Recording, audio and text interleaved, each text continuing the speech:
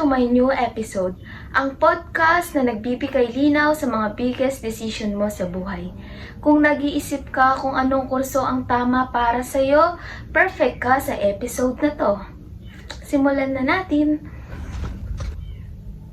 Paano nga ba pumili ng tamang kurso? Siyempre, una, sisimulan mo sa hilig mo, sa sarili mo. Isipin mo kung ano yung mga subject o gawain na gusto mo talaga. Doon ka magsimula. Pangalawa, isipin mo yung future mo. Hindi kailangan kumpleto ang life plan, pero dapat may direction yan. Yung dadalhin ka sa magandang kinabukasan. Pangatlo, suriin yung kurso syempre. Hindi lang yung title, tingnan din yung actual subject, internship at career plan nito. Yung panghuli syempre, pakinggan mo yung gut feelings mo, pumili ng kurso na para sa'yo talaga, hindi para sa expectation ng iba. Hindi naman sila yung magpapayaman sa'yo, diba? So, ayun lang guys, sana ma-adapt nyo yun sa sarili nyo. Thank you for watching.